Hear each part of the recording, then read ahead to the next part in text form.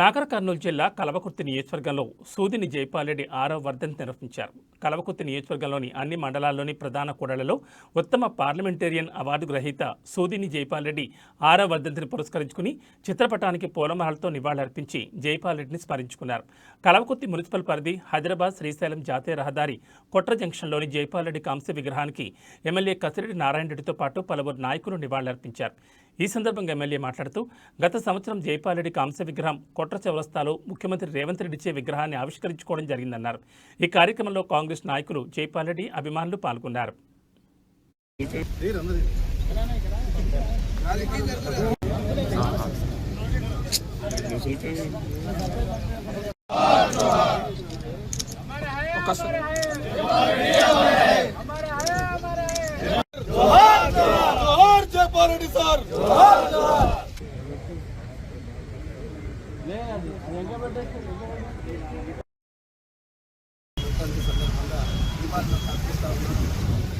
వారు అంగవైకల్యం ఉన్నా కూడా మన భారతదేశం కాదు ప్రపంచంలో ఒక గుర్తింపు పొందినటువంటి వ్యక్తి.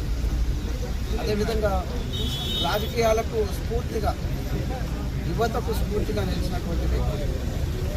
ఉస్మానియా యూనివర్సిటీలో చదువుకున్న రోజుల్లోనే విద్యార్థి నాయకుడిగా, అదేవిధంగా ఇక్కడ 4 సార్లు ఎమ్మెల్యేగా కల్వకుర్తికి, అదేవిధంగా ఎంపీగా, అదేవిధంగా ఒక మంత్రిగా మరి వారు చేసినటువంటి సేవలు ఈ ప్రాంతానికి మరి అవి ఎంత చెప్పుకున్నా తక్కువగా.